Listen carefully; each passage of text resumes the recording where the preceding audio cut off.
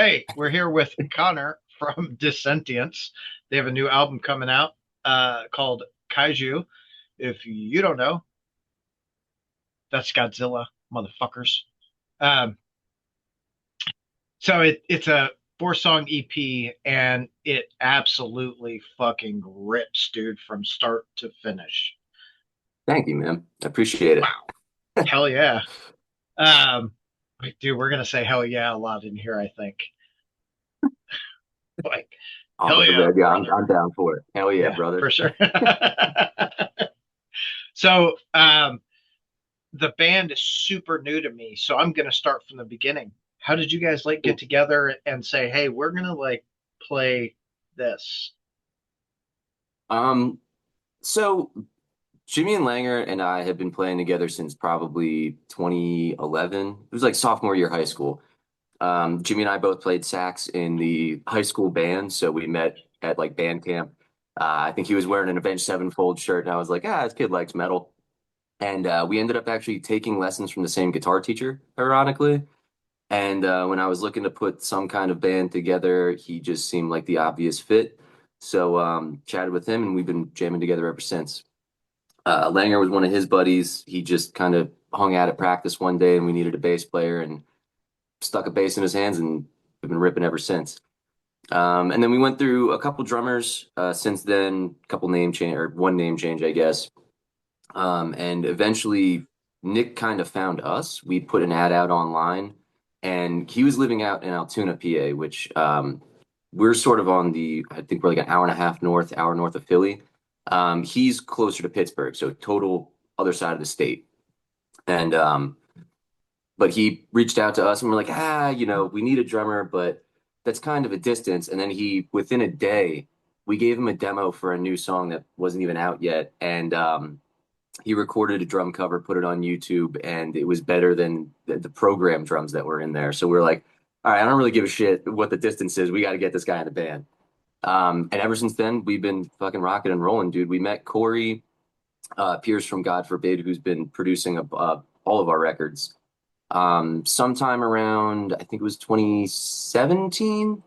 And I've been working with him on the production end ever since. Met Matt, who's recorded all of our stuff other than the first EP somewhere around the same time.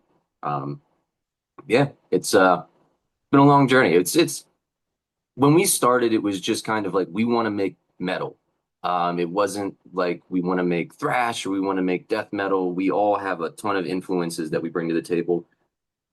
We didn't want to shy away from bringing any of them to the forefront. So, we're all super into different stuff, but it makes for a cool mix, I think. I think so too. Like it comes together really well. It really reminds me of another band that I know like you guys are billed as like progressive thrash, and I can absolutely like I could see that. It reminds me of fucking Revocation because Dude, they hell, they're we like right opened in for that Revocation fucking twice vein. early on.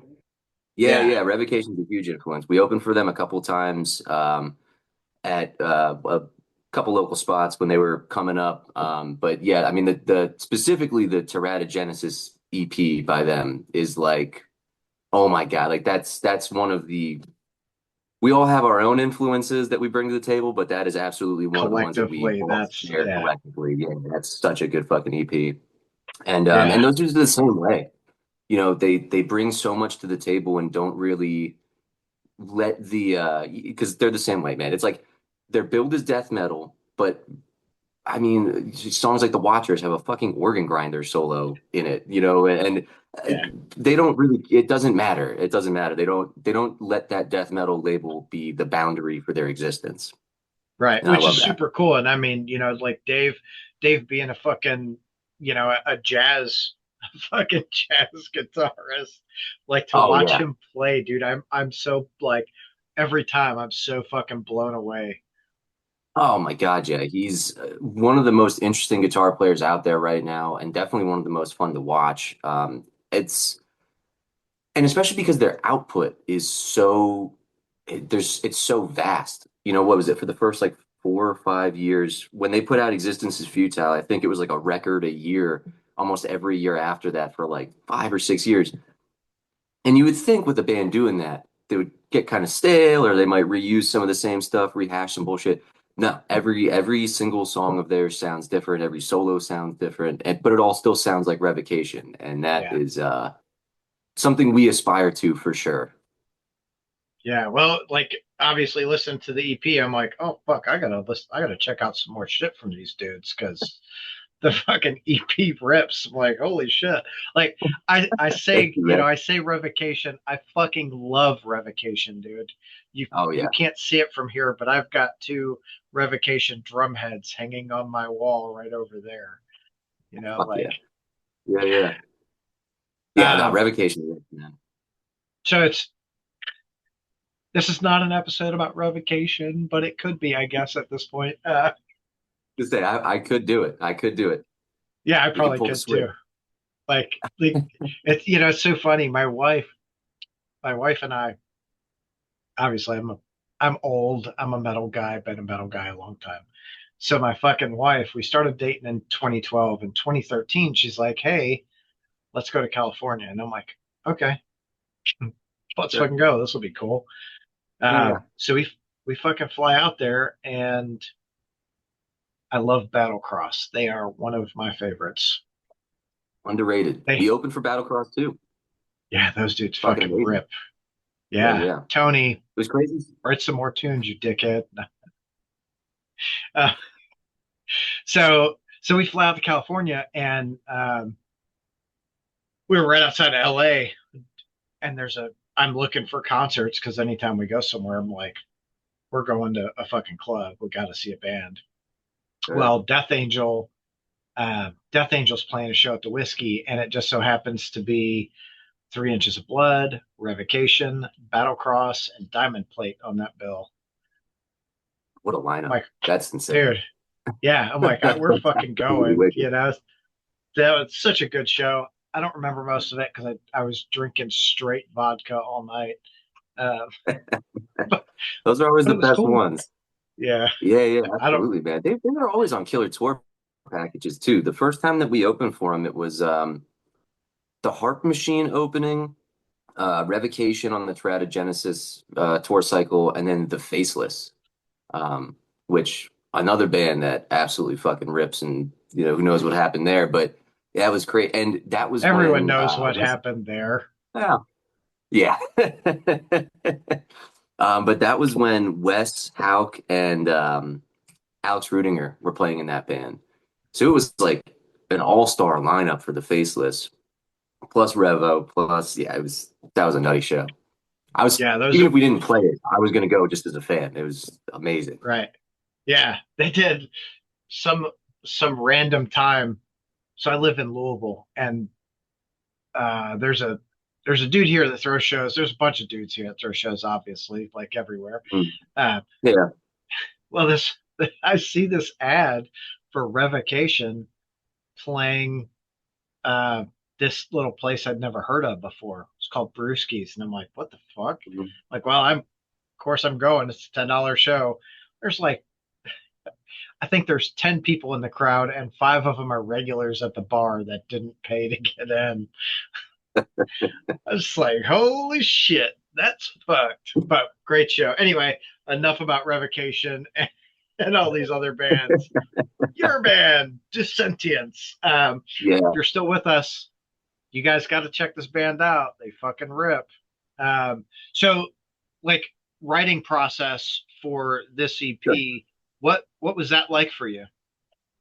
Oh man. So the whole thing kind of started, and really, little disclosure, we love these bands, but there's an awesome drive-in nearby called the Mahoning Drive-In, and they do old school movies like 35 millimeter prints of shit. And it was a Tuesday night or something. Me, Nick, and our buddy were there, and we were drinking, we were partying a little bit, and we were there to see Godzilla versus Mechagodzilla. And I was just like, it's funny, man. When Mastodon first came out, it sounded like a fucking Mastodon, like stomping through the tundra. When Gojira first came out, they sounded like Godzilla stomping through Tokyo. And it seems like all these bands, for better or worse, and they're still great bands, but they soften up as time goes on. So I was like, we should just start a band or something called Kaiju and like put a record out, every song about a different monster or something. That's sort of how everything started. That fell by the wayside for a while. And then we were, as a band with Dissentience, talking about, what we wanted to do next and what the plan was there. And Nick and I were like, we have this thing, like, I think I might have written half a song or something at that point. So there wasn't much for it. But I was like, we kind of have this thing. And I think if we retool the idea from, a monster, a song into like a whole concept EP, it would be a fun little thing. And it's 4 songs, we could get it out. Our output has always been kind of funky because like we put out our demo sort of at the tail end of high school and then we all went to school. And then we put out Mask and Pretense. We were all still in school, so there was a lot of stagnancy. We couldn't really practice regularly. And then as soon as we finished pre-production on our album Empire Anatomy, COVID hit. Like literally the week after we finished pre-production, the world shut down. Yeah, so it was like it really fucked us on that. We took a lot of time and I'm still very proud of that record, but even just like getting it out, we sat on that for like a year and a half before we were like, well, we need to drop this. Um, and then played that, did our little show cycle for that. And it kind of came back around. We're like, oh shit, it's we need to write more. We got to get something else out here. And this was actually the first time that all 4 of us had been living in the same spot, able to jam, able to write together in a room.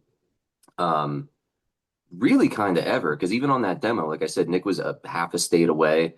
When we were at school, it was a lot of like writing demos, sending them back and forth, and then we would all get together for the pre-production session with Corey. But this one, we sat down. Jimmy and I sort of ran through the lyric concept because one thing we noticed working on Empire Anatomy, specifically the song Clinical Psychosis, we sat down and had the lyrical idea of like this sort of MK Ultra patient going crazy, and before we even wrote the music. And I think that song, as far as like the synesthesia of like the music and the lyrics go, is one of the best as far as meshing. So I wanted to do that again with all 4 of these songs. So Jimmy and I sat down, wrote out the concept, kind of planned like, okay, the first song is sort of the first appearance of the monster. The second song is like the world leaders around, the classic like round table scene from every Godzilla movie where everybody's arguing. And the third would be the actual like destruction of the city and the firefight and all that. And the fourth song is like, Godzilla walking back into the water. But we sat down, watched some movies, and we're like, these, boil, not even just Godzilla, but like Ultraman, Mothra, Rodan, like all these, and boil it down to its sort of 4 essential parts. And then we wrote from there. Pretty much everything was done in the room. No, I don't, I'll write some riffs here and there. Everybody brings something to the table. But for this one, pretty much everything was kind of just written in the room. What's the vibe we're trying to catch with the song, and then spew out some riffs and work through the kinks all together, all 4 of us right there. That's fucking cool. Do you feel like that worked better or more cohesive than you had done Absolutely. previously? Yeah. Absolutely. Yeah. I think that working on a computer is awesome in a certain sense. I have like a old version of Cubase that I'll load up if I need to write riffs and stuff. I can just get them recorded right away. It sounds awesome. Our demos are frankly sound better than some people's albums, and not just us, anybody. If you can afford an interface and a program, it's awesome that you can do this. But it also leads to, as a guitar player, I like to just you write songs that are just riff salad, and there might be some good riffs in there, but you lose track of the song. Yeah. And writing in the room with everybody, like Jimmy, for instance, I mean, he'll be the first to admit this. He's not big when it comes to like contributing riffs a ton. He has some stuff, but I would say that I probably bring a lot of that to the table. But I think Jimmy sits there and kind of plays producer actually a lot, sort of before we even talk with Corey, before we bring it to anybody else. And he really helps shape the whole tone of the song, the whole like the vibe of everything that's going on. And we all have input for sure. But I think all of that is super important. And when you're sitting there just writing by yourself, you don't have even from like a producing input end, you don't have that while everything's being shaped. You're kind of Right. already shaping it into what you want before you send it off to everybody else. And it's, I think one kind of really important thing that we all figured out during this process is it's not what I want, it's what we want. You know, we're a band, we're trying to make this cohesive thing. And that, um, the sum of the parts is greater than any of them individually.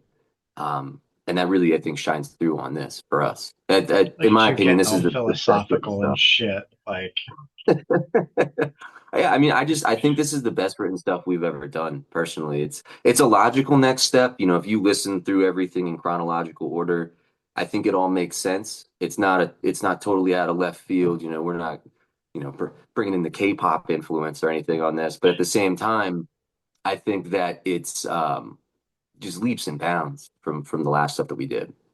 yeah, it's cool. It's cool to watch, like, to watch a band progress. This is like why I'm like, fuck, I have to go back and listen to the other stuff now because I want to see. I love watching like the progress of a band, whether you love or hate where they're going. It's cool to Sure. watch the evolution, right? Like I know Metallica, being the age old one that everyone is most familiar with, they did All their of them. thing, All of them. I just had that you know. discussion the other day. There's a dude, Jerry Declet, shout out to the Metallica Cave radio station from Jersey. He posted something about, what's the best debut of the big four? And first off, no right or wrong answer. But I always say Megadeth because every other one was a stepping stone. You know, even Kill 'Em All isn't quite where they became themselves on Ride the Lightning. Well, no, but Slayer, I Kill don't 'Em really. All was Dave, Well, like sure, sure. But I would say that like Megadeth, when you go back and listen to Killing Is My Business, rough around the edges for sure, but like that sounds like Megadeth, yeah, at least to me. Whereas like Show No Mercy, I love that record. I love Slayer. That doesn't sound quite like what they were doing on Rain and Blood. right. Fistful of Metal doesn't that barely even sounds like Anthrax at points. But Megadeth like came out guns fucking blazing. So yeah, I agree. I love seeing where bands start. I love um, even like a band like going back to them, like Revocation, you listen to their first album, and that's like a fully formed band coming through at that point. Yeah.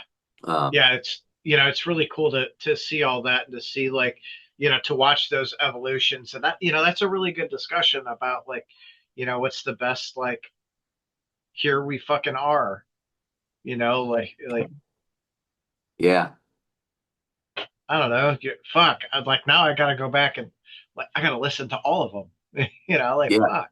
yeah, But and I'm curious, like I know why I guess Anthrax is in the big four, but I think there are some other bands that are just as good or better than Anthrax that probably are as deserving, to be in there. yeah, Like I'm not a huge like Anthrax fan. There are good points in Anthrax for me. Like I sure, love the Bush era Anthrax. I think his voice yeah, was yeah, just I fucking love John's voice. yeah, yeah, Um, absolutely. but the rest of it is like meh. Yeah, I mean, even as far as like the thrash conversation goes, controversial opinion, I don't really think Metallica or Megadeth are thrash bands. I mean, like they have thrash elements for sure, but they always were way more progressive in their writing and bringing in a lot of other influences. Even, like Anthrax to me fits the bill because it's they'll have their thrashy parts, they have those like mosh breakdowns, they all that stuff that if you were, for lack of a better term, making paint by numbers thrash, they have all the parts. Whereas Metallica, Megadeth, even Slayer don't really fit that bill. Not the way that like an Exodus, a Testament, if you're going Right. into crossover territory, DRI, like all that kind of stuff, those bands fit that bill way better. So I think even the whole Big Four thrash thing is kind of corny because it's like you really the one band that people say is the least deserving to be in it is maybe the only band that's actually the truest thrash band of all of them I when you break I it don't down. like when it comes down to it, like the paint by numbers thrash, like you nailed it, like Exodus, Testament, fuck, throw in like Overkill right in Death, there with it. Death Angel. Like, Yeah, yeah, yeah. yeah, for sure. All of those bands are like right there, and all of the bands that are there, it's like they're only, I guess, the biggest bands out of the bunch.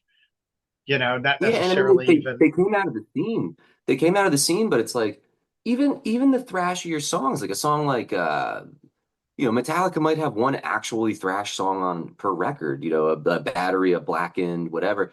Even Battery and stuff, like there's so much more to those songs that to me is yeah, takes them past thrash. It's almost it's really not definable genre wise. And frankly, that goes back to what not to toot our own horn, but like what you said about us with, yeah, we get like lumped in with the progressive death thrash, label, but that's just because people weirdly need labels to put on everything now. yeah, I don't yep, think that even the newest single that we put out, Chaos Absolute, which is the second song on Kaiju, to call that, yeah, there's thrash in the verses and stuff, and I don't know, but I don't consider that really a thrash metal song or a death metal song. Too groovy. That right. song has massive fucking grooves and massive hooks that you don't see in thrash or death metal. So where does that fall into everything? I think putting the label on it does us and other bands of this style a disservice. I know, but Because it's also like I agree with you to an extent. I think there's an argument for the like genre labeling because then Mhm. people can go, okay, I recognize this is where I want to be, so I'll check that out, But if you say, like, oh, dude, I'm going to listen to metal, like, I have this conversation. And if you like Avenged Sevenfold, like, cool, they're not my thing. And people are like, man, I'm going to listen to some metal. Who are you going to listen to? Avenged Sevenfold. And I'm like, okay, Now, I will say this on that end though too, because I've seen people specifically like in our scene at certain points say like Avenged Sevenfold's not metal, and I'm like, well, that's crazy. It might not be death metal, it might not be thrash, whatever, but like if right. Avenged Sevenfold's not metal, then fucking Dio is easy listening, and that that's it's crazy. Like that's a crazy statement to make, and I agree that I think the labels help to a degree, and it's why everybody has to have them. But I think people get too hung up on them now. Like I see a Yeah, lot of people that are like, "We're thrash. All we play is thrash. We just want to play thrash," and that's all fine and good. But I think that there's too many people in that mindset where it's like, "Well, we're death metal. We just want to play death metal. It's just going to be the paint by numbers death metal." hyper And fixated on this is what we are. This is it. Yeah, yeah, and actually, that's something that we talked really early on with Corey when we were doing the pre-production sections for Mask of Pretense.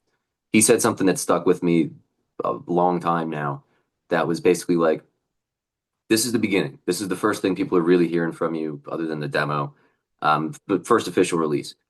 Put everything you want to do on this one, even if it's a little bit, even if it's a little sprinkle. You don't have to have it fully realized. It's your first thing, but if you just put out thrash, put out thrash, put out thrash, put out thrash, and all of a sudden you start putting blast beats in your music, some dickhead on the internet's going to get really fucking pissed because you're not thrash anymore, or yeah, vice versa. You come out playing death metal, and somebody's going to get mad because you put like clean vocals in your music or something, no matter how good it may be.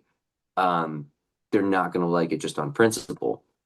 So from the beginning, we were like, okay, let's put all this, lay it all on the table, man, and put all those influences out there and just try to be the best band that we can. And if most of it falls under, progressive death thrash or whatever, then we'll take it. Whatever you want to label us as, we'll take it.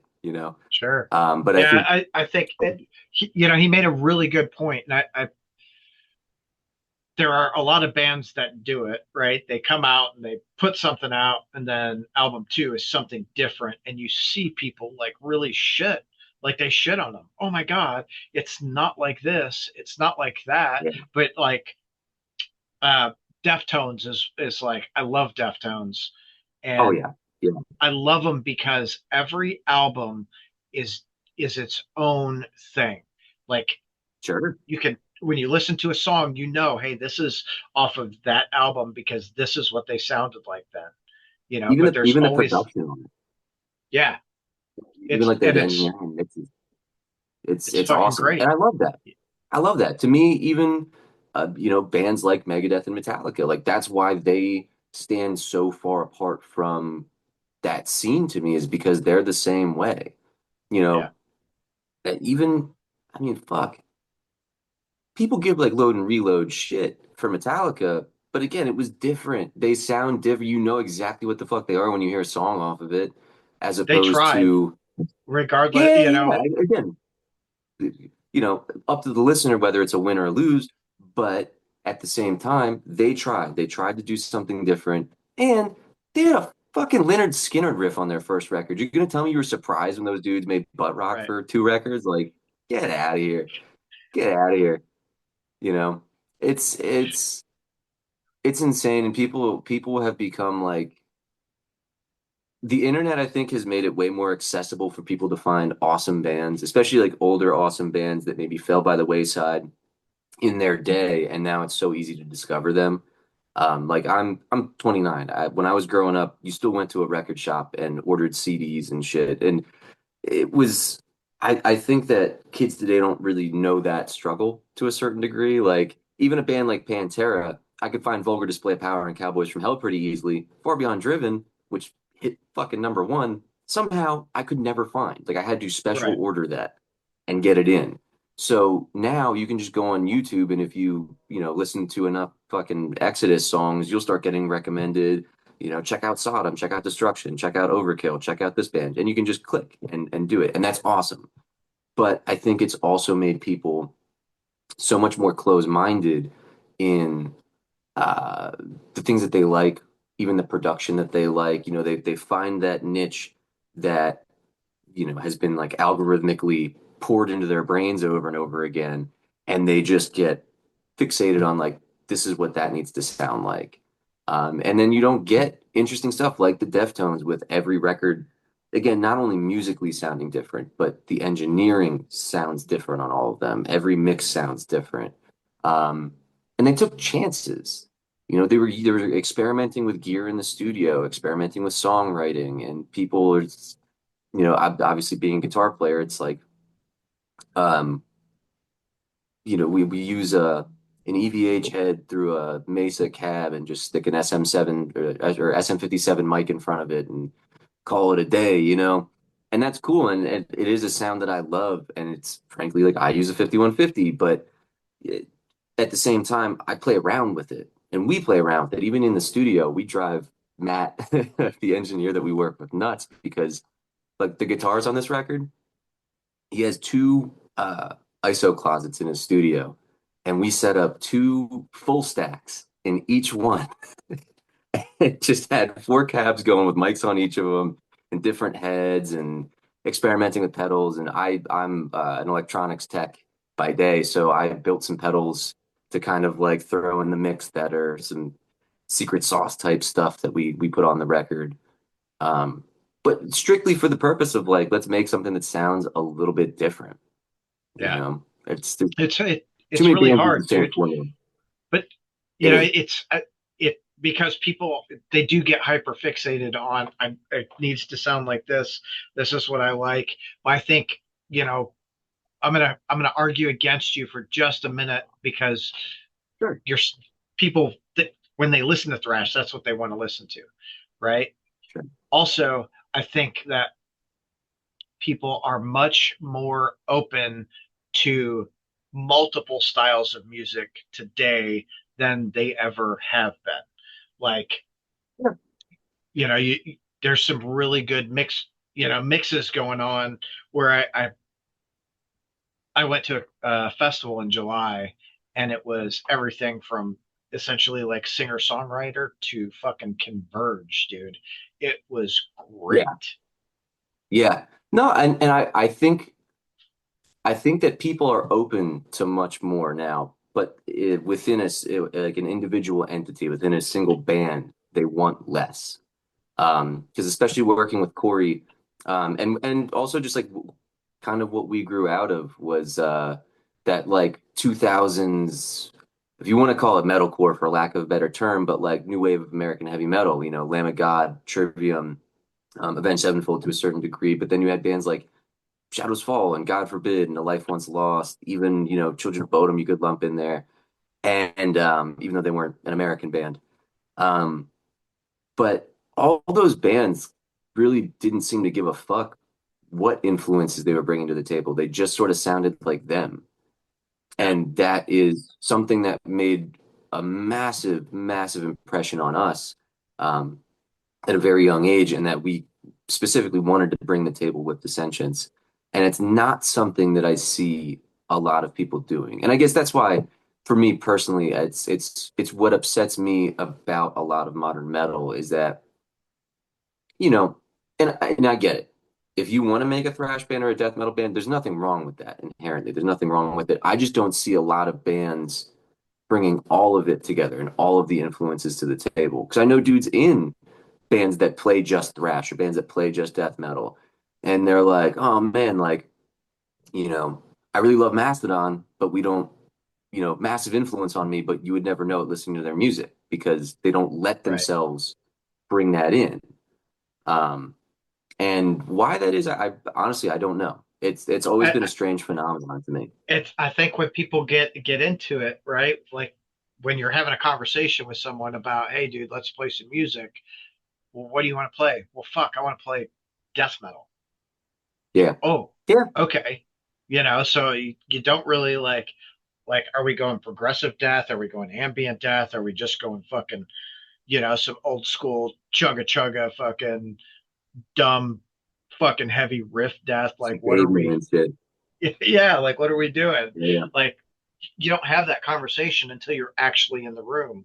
And then you're in the room and you're playing and you're like, man, I kind of want to see if we could do something different, but I don't want anyone else to feel like I'm the one that started that and then hate me because we are so you know what I mean? Like we have Yeah, so much but again, focus like, on and that's what I think is just one silly, but also it's weird to me that just at a certain point it was like a hard drop off of bands that did that.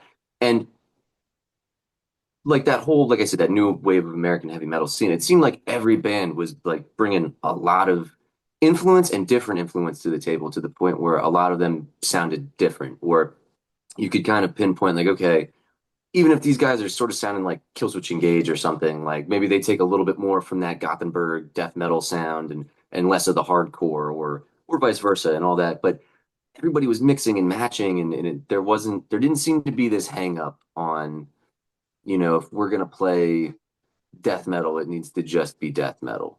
Um, and again, nothing wrong with it. I love plenty of death metal bands. I love the caveman shit. I love the big fucking fat riffs and all that. And I love thrash stuff. Like I love all that shit. But um, there seems to be a lot less bands doing the other, doing sort of what we do, which is like the genre bending and melding everything together. That I mean, shit, we have trouble.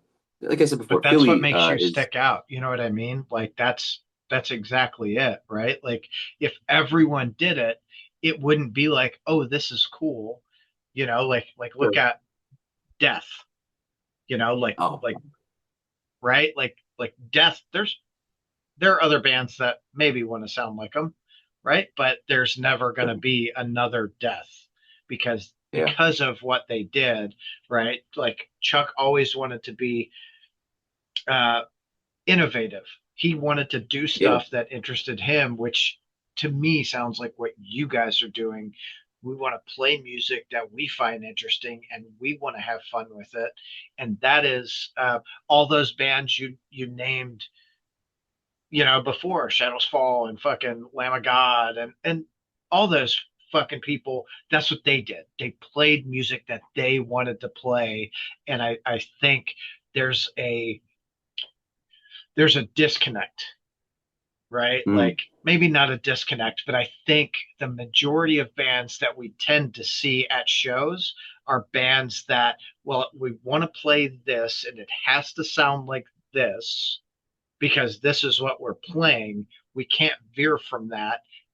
And that's what And I would makes bands like yours special because you I appreciate you're that. you're doing that, but you're doing it in a way that stands out from everyone else. Yeah, I appreciate that very much, man. I thanks for the kind words. I guess for me, it's just been funny through our whole career that the people who enjoy us and support us, which thank you for everybody out there that is listening that does enjoy us and does support us, love that aspect. But it's also been a hindrance for us in a lot of ways, for better, for better or worse. Philly is the closest big city to us, for instance. It's like an hour and a half south of us.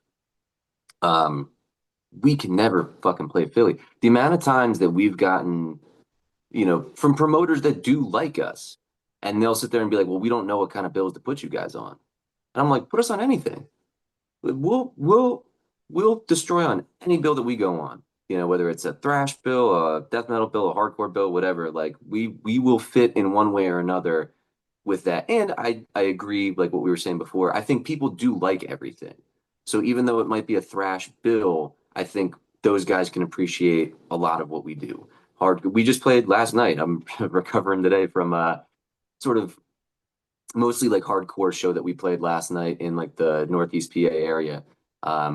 And those kids still threw the fuck down for us, man, even though we weren't really playing a ton of like meathead riffs and shit. Like they still like it because they might be at a hardcore show, but they like everything, So They go out to have a good time, and I think like uh, one people are getting really bored with the same genre bills.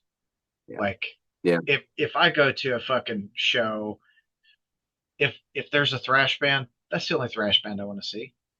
But I'm yeah, cool with having a doom band or a fucking a death band or hell even a noise band on the bill with it because I want something that's gonna honestly keep me interested as a listener. yeah. Like, Yeah, I oh, remember watching, I think it was on the Majesty DVD from Black Dahlia Murder. Uh, they were on the Summer Slaughter tour, whatever year that was. And somebody asked him, he's like, "Oh yeah, like why should people stick around for Black Dahlia Murder?" And he's like, "Well, after hearing about 1,000 or 2,000 blast beats all day, you come to us and we hit you with another 1,000." And on one hand, it's awesome. Again, when if you're just down for the death metal stuff, and especially a tour package like that, it's what you're going for. That's great, but at a local show, it's nice to have some variety. I do agree, and again, we take influence from everything, so I like playing with everybody as far as genres are concerned. It's if there's a doom band on the bill, I'm not going to sit there being salty about it. I love that shit just as much. right. It's great. Um, Yeah. and So, well, yeah. you said you're an hour and a half from Philly. Mhm. What are the other like big cities around you guys? So the Lehigh Valley, we're primarily from Bethlehem. Nick lives around here now too, but Philly, Isn't that where Jesus Philly's is like from? it's the Christmas city, baby. Um, Philly's like an hour and a half south. We got New York, like New York City's like 2 hours away.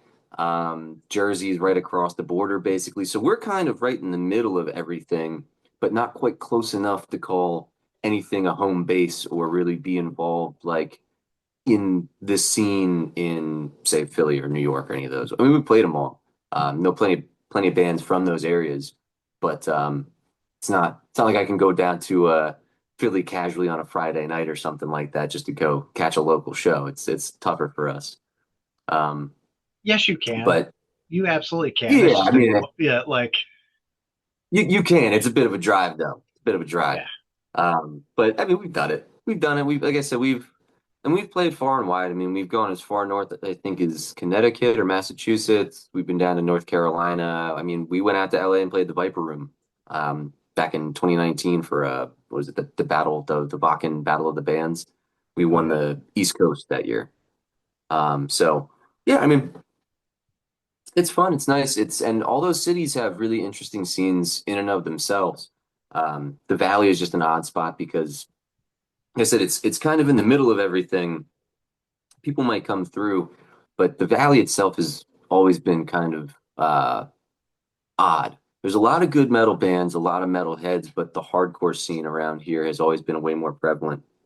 And even I though those that dudes I think love, that's everywhere. Like because oh, I'm kids talking the kids in even the 15, hardcore 20 scene. years ago. Oh, same thing here. Like Yeah.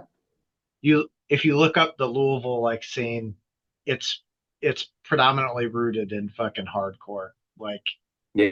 it, Hey, nothing wrong with it it, man. I fuck with that no, not shit, at dude. I all. grew up. My dad played in the punk band in the 80s, so I grew up on like old school hardcore punk. And when I was getting into going to shows and shit, some of the first local shows I went to were like some of the newer hardcore guys invited my dad out to shows, and he would bring me with, and it was great. It was a good time, but it's just funny because even those dudes, it's like they love. I've seen hardcore bands cover Cannibal Corpse at fucking shows before, and yet they Yeah. don't like metal bands on the bill.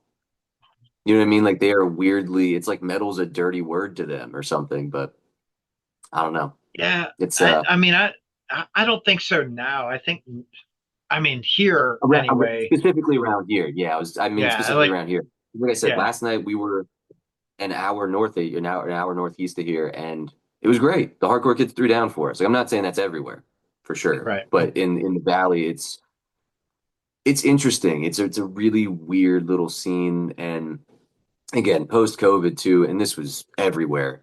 Um, just a ton of venues shut down. A lot of places are way more skeptical of like letting heavy music play because, especially with moshing, man, it's a lie. They see it as a liability, not an Well, attraction. And that's a large part of that is because of the hardcore scene.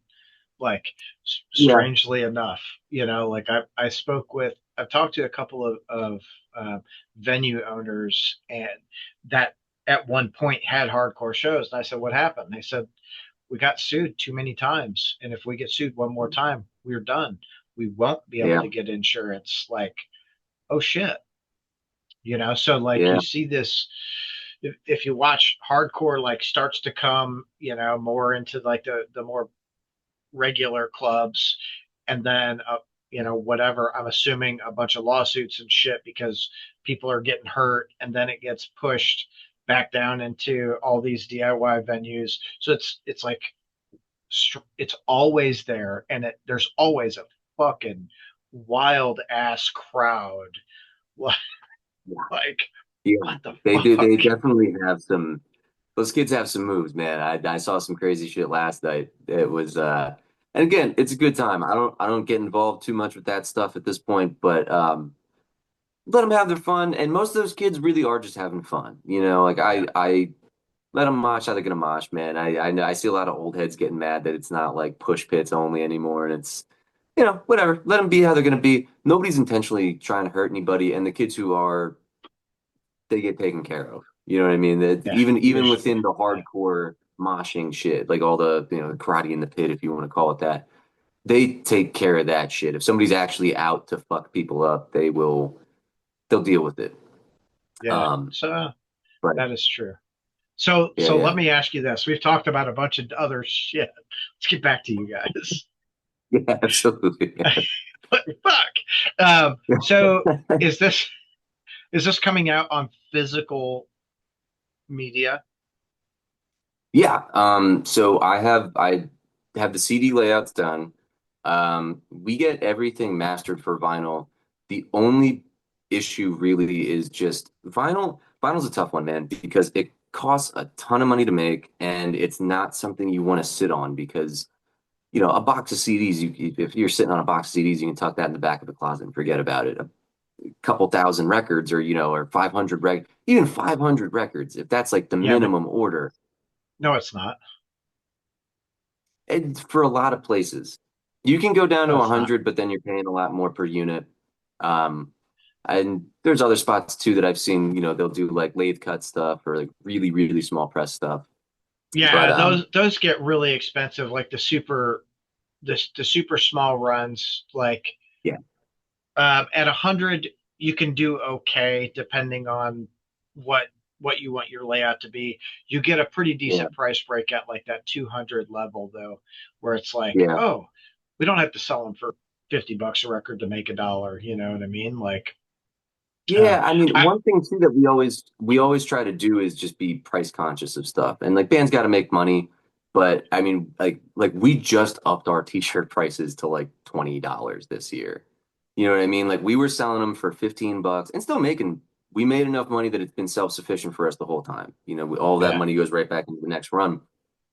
But prices have just gone up and same thing with records. It's uh I wanted to try to keep things affordable for people. And if people want it, fans out there, let us know. If there's enough interest, we'll absolutely do it. Seriously, we have everything basically ready to go to do it. And I do all of our layouts and all that kind of good stuff. So it's easy enough for me to transfer some of the CD layout over to a to a record layout.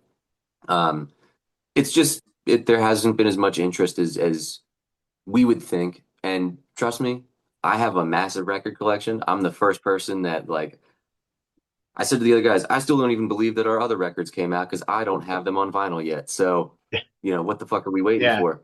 And I would love to have it. Seriously, I would love to have it on record, but we'll see. We'll see. I would like to do it. Cost wise, if we can make it work, I would love to make it work.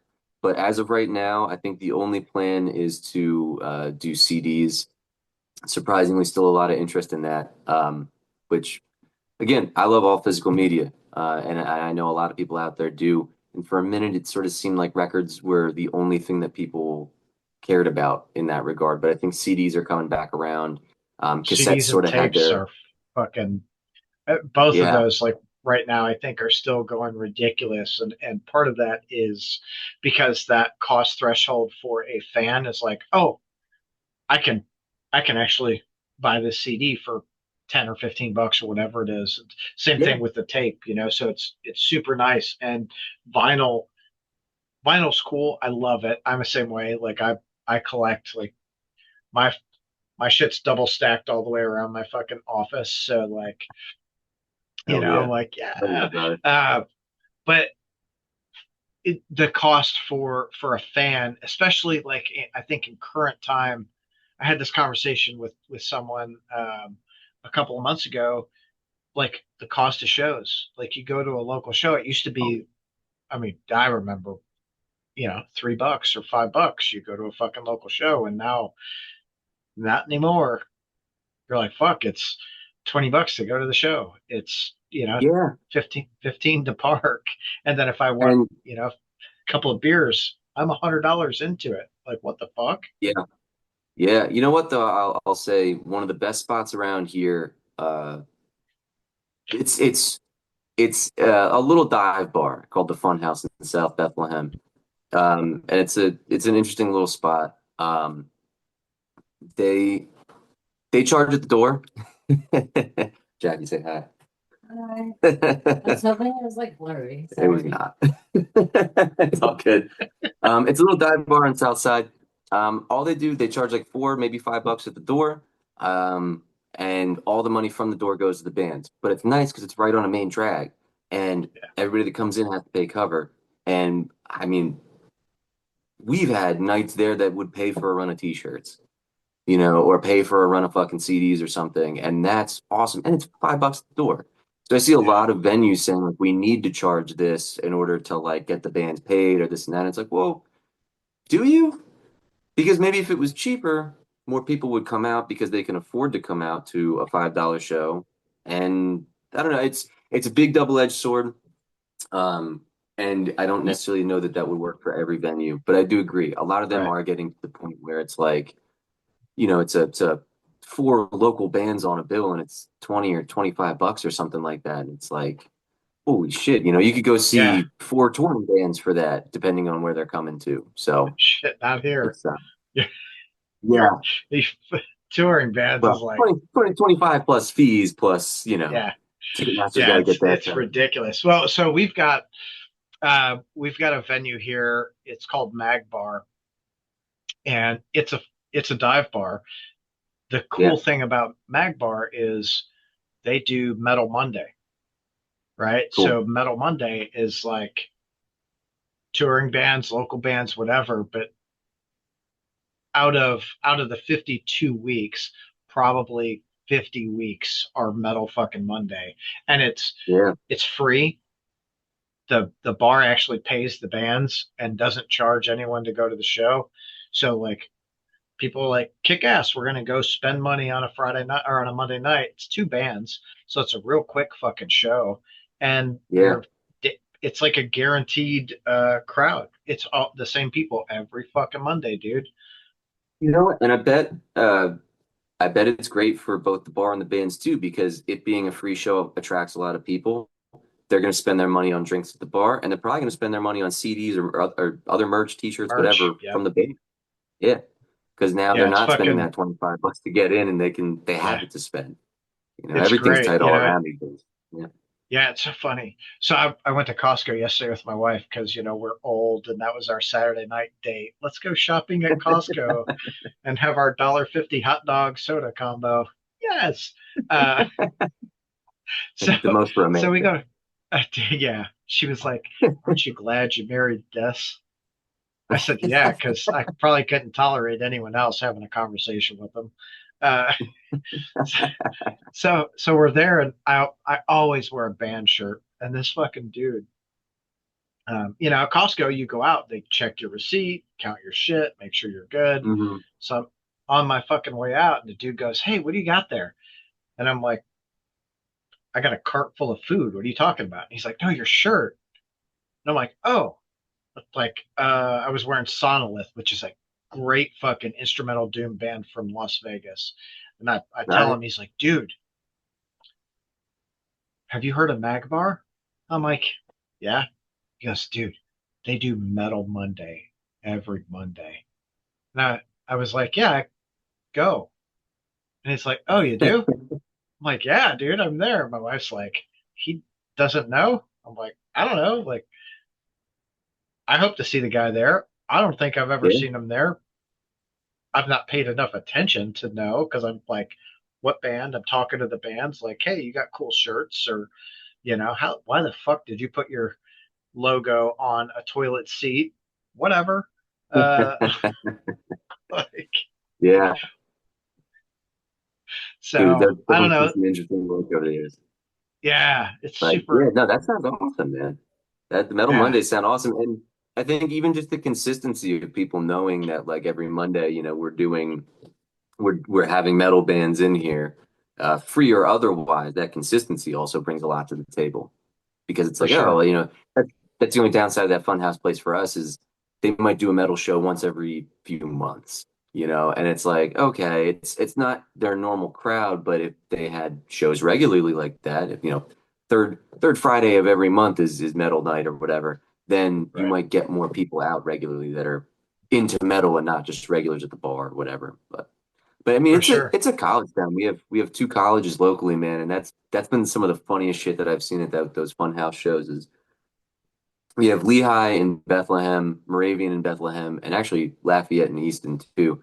But you'll see a bunch of these college pros coming out, and they throw the fuck down, man. Like they go Oh harder than yeah. some of the hardcore kids, and they've been they've been some of the biggest supporters of us there. They always want to see us come back. So Hell yeah. fuck it, why not? Do you guys do you guys get out and do like weekend runs or anything? We try to as much as we can. Ever since the writing of this record, we've kind of been like laying low. It's actually been done for a while. We were in talks with some label stuff that's sort of worked out, sort of fell through. So we've been sitting on the record for a little bit and just kind of like laying low until we had something to promote. But come 2026, I definitely plan on booking a lot more. But yeah, I mean, like I said, we've done weekenders. We went up to Michigan and Indiana the one time. We've gone down to North Carolina. I mean, we've done a Where'd bunch. you We've guys done a play in bunch, and it's Michigan? always, oh man. Um, Honestly, I can't remember the club. It was a small spot. It was a dive bar spot, but it was fun. I mean, the people up north, man, it's a different breed for sure, and they love coming out and throwing down for metal shows. Like when we Yep. went to other direction north, but when we went to go play Connecticut, that was a great. We opened for That Will Be Done at this little festival, like weekender festival in Connecticut. And dude, that was an absolute blast. It was people barbecuing, all the bands were hanging out, the fans showed up and it was just a good time.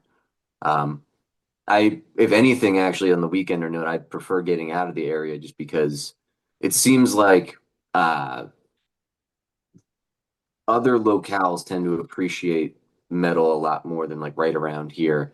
And especially like our brand of metal, with a lot of those metalcore bands in the 2000s coming from the New England area, getting up there, I think they have a much deeper appreciation of like that style than Yeah.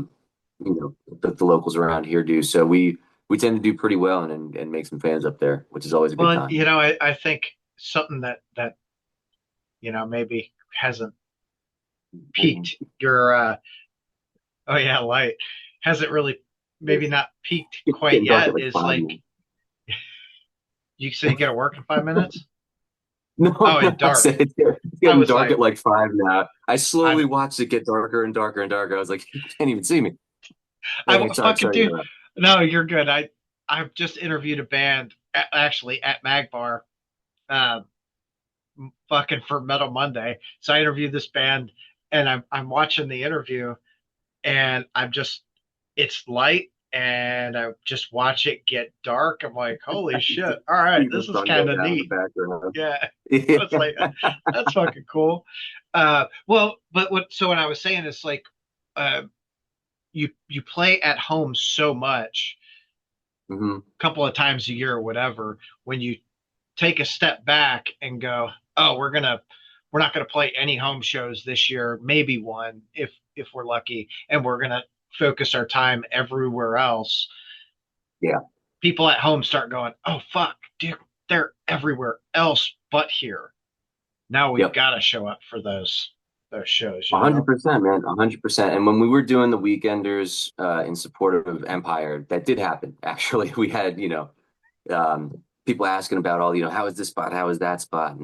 And a lot more people showing up to the hometown shows. So that, like I said, that is the plan for 2026 is to get out there, play a lot more spots that we've never played before, play a lot more weekenders and shit like that. Been a while since we've done it, so I'm just excited to get back out there. I mean, we love playing shows. I think we thrive in a live setting. It's something we've always kind of prided ourselves on, man. I hate going to see a band and like the only person moving is the singer, or everybody kind of they have concrete shoes and they just stand in one spot. Like we love running around and being goofballs and getting out there screaming in each other's face and all that shit and just having fun on stage, man. Like people are consistently in disbelief because we play pretty technical stuff, I would say, but you would never notice it by how much fun we're having because we come to party, man. That's You what know, it's that's what blows me away with with Dave from Revocation is like that motherfucker is technical as all get out. How the fuck are you oh yeah, so technical and still singing and moving? Like, what the fuck, dude? yeah, yeah, for real, man. He's I've said it earlier this in this interview, man. Dave is a personal hero of mine, and I love seeing that. Like even just opening for them the couple times that we did, and seeing them as a fan at other shows. I He always blows me away. That band always blows me away. They're incredibly tight. Same thing with which is where we get our name from, but Protest the Hero. Um, I mean that band is insane live, insane Yeah, live, and as technical as can be, and blow me away every time. They came through Philly like 2 years in a row the last couple of years, and the first time it was the what do they call it? The Halloween is for Always tour or some shit like that. They came out in different costumes every night. All the ex-members they had gravestones for as part of their backdrop for the stage setup. And dude, they went fucking nuts. And I would be hard pressed to say that I could play any of their music because it's that challenging. Like it's so yeah, fucking technical all the time. that's so And they fucking nailed it. awesome. Yeah, Yeah, it I love that it's shit. great seeing that. Like it's cool that they fucking dig gravestones for like the old members and shit. That's fucking dope.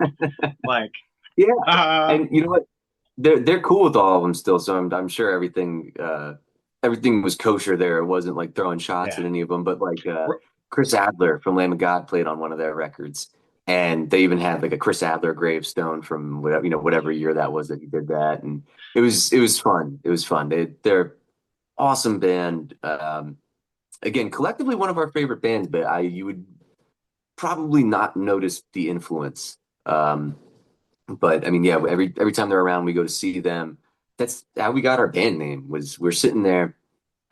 We used to go under. It was Why We Fight back in high school, and I think we had some band from like the Netherlands hit us up, and they're like, "That's our band name," and we were like, "I don't think so.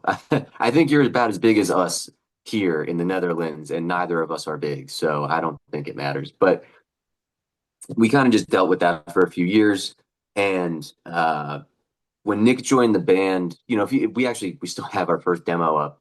A lot of those songs were written in like the Why We Fight days, and they're rough. They're rough around the edges. I keep it up for posterity because it's just fun. Like you said, you love going, and a lot of people, myself included, love to go back and see where bands came from. And in the digital age, it doesn't really matter. If we took it down, somebody somewhere has it and we'll put it up. Someone's And got it. so who the Yeah. fuck cares? Yeah. So who the fuck cares? So it's still up. A lot of those songs are rough. When Nick came in the band, that's when we sort of buckled down and we're like, okay, let's try to take this in a more like, you know, we'll make the death thrash kind of the core of the sound that we thread everything else around. Um, and went a little heavier, I mean, at that point too, that is when I started listening to stuff like Revocation. That's when we got into like another band that's huge for us is Silosis. So those core influences kind of came into our world right at that time. And that's when we were like, okay, this is the direction we want to go. So we changed the name. We're sitting there and it's like every name we tossed at each other was like, oh yeah, do you want to do this? That's taken. Oh, do you want to, what about this name? That's taken. What about this name? Taken. I'm sitting there and I was listening to Fortress by Protest, and they have a song called the Dissentience on there.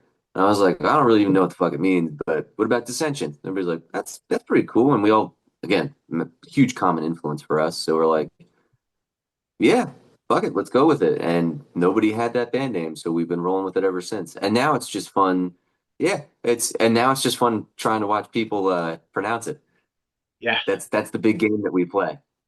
With fans at shows and whatnot. Or even honestly, I'm surprised you got it as early as you did, man, because most people start interviews even being like, how do you How do you pronounce your say your band name? name? Yeah. Yeah. I really What want to was do the a t-shirt like the what Leonard was the Skinner band t-shirt. with Joey Jordison and Frederick Sensanum? Yeah. So I I mean, it's interviewed I interviewed Frederick a couple months ago, a few months ago or something, and sure. I fucked up the band name like the first time I said it, talking to him in the interview. I got it right before the interview. Then when we start going, I fucked it up, and he goes, "Okay, now it's got to be something different every time you say it."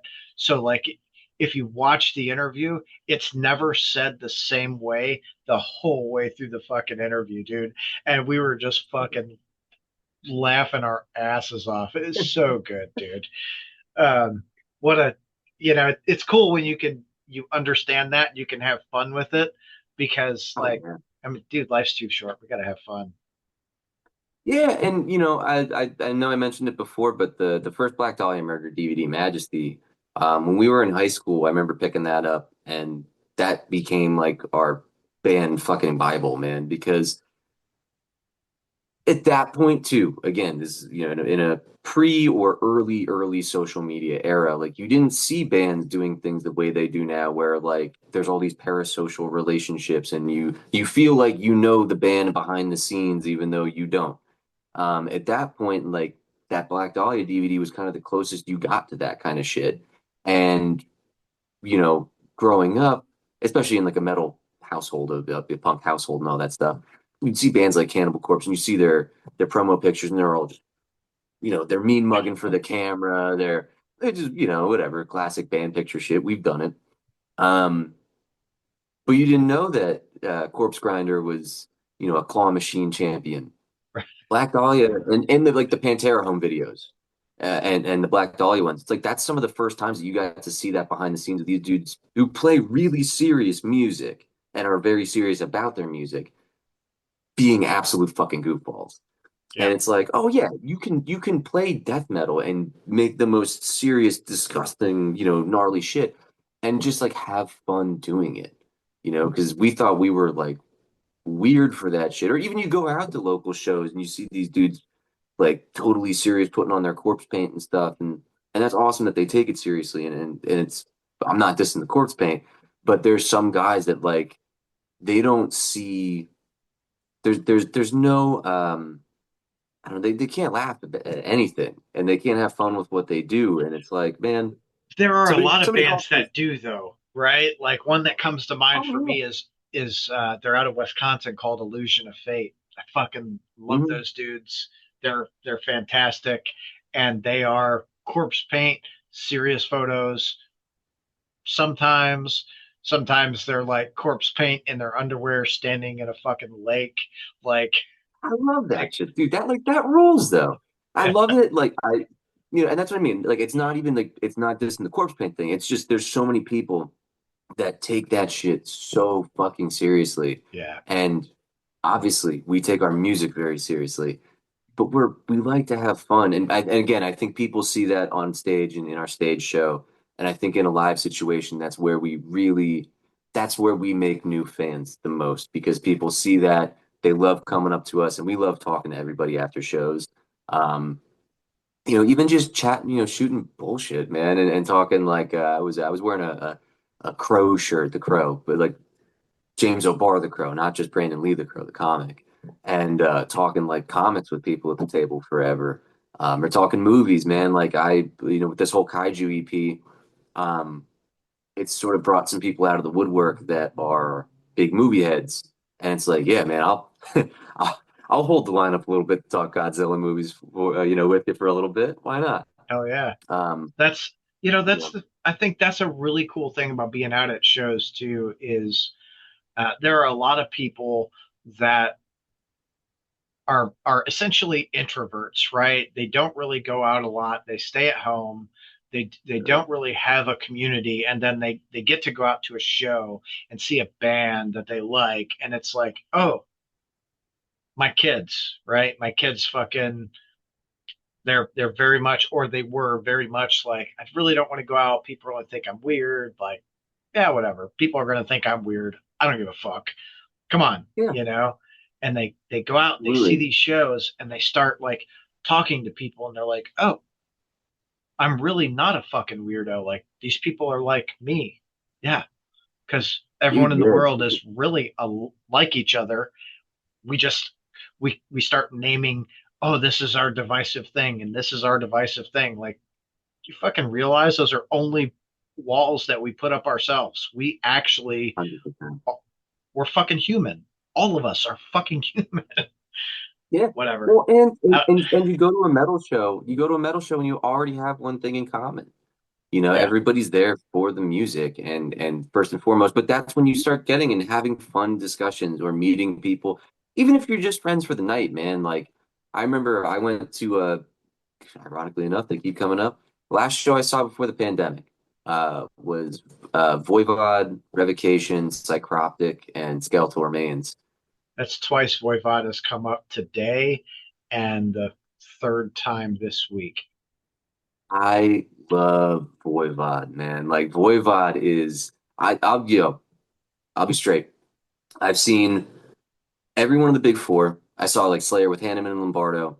I've seen Testament. I've seen uh you name it, man. Exodus, Death Angel, all that shit. Voivod puts all of them to shame. They are the best old head band to see live if you can, if they ever come around, because they don't really tour the States a ton. Oh, But I they're was getting ready to. yeah, I've been seeing something. I saw that they're doing who the fuck are they touring? They're touring the UK or yeah, the UK with Midnight.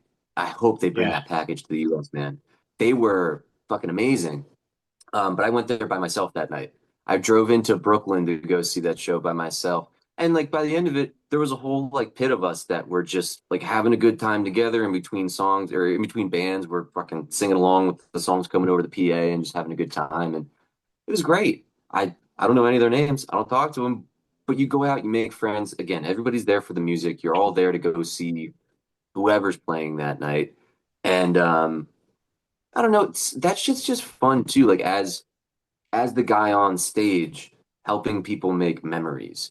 I had a friend come out and he brought his kids to the show. They're probably a couple boys. They're like I think the youngest is probably around 10, oldest is maybe like early teens. But it was their first like real metal show. And it was their first mosh pit. And he came up to me after, just saying hi, yeah, saying hi after, and then thanking me for putting on a good show and all that. And I was like, dude, like, thank you for coming out. And he's like, dude, you like, this is like, I've been a long time metal fan, and this is my kid's first mosh pit was to you guys. And I was like, that's nuts. Like, maybe it doesn't mean anything. It's not going in any fucking history books per se, but like, we were a small moment in somebody's life that means something to Not them. And not like, a that, small moment. That was a core memory. That is a very yeah, important moment in someone's life, and I that's hope super so. cool. One of the records my dad had when I was growing up was Probot. Dave, you ever listen to that Dave Grohl's like Dave Grohl metal and side Lemmy. project? Yeah. Yeah, yeah. Well, it was he got a bunch of singers to do it. It was actually Dave Grohl and I think Kim Thayil from Soundgarden played on a lot of that stuff and helped him write it. But he had um, Snake from Voivod was on there, and Away did the artwork for it. And I didn't really know Voivod then. I mean, I was in elementary school. But like that made a really big impact on me visually, just in terms of what I like. Because I'm obviously a big horror movie and sci-fi and all that kind of person.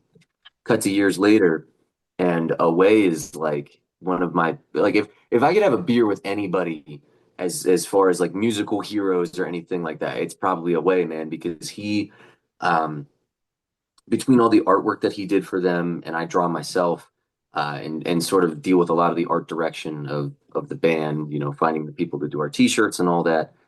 Um the fact that he has been consistently doing their artwork, doing the layouts, even when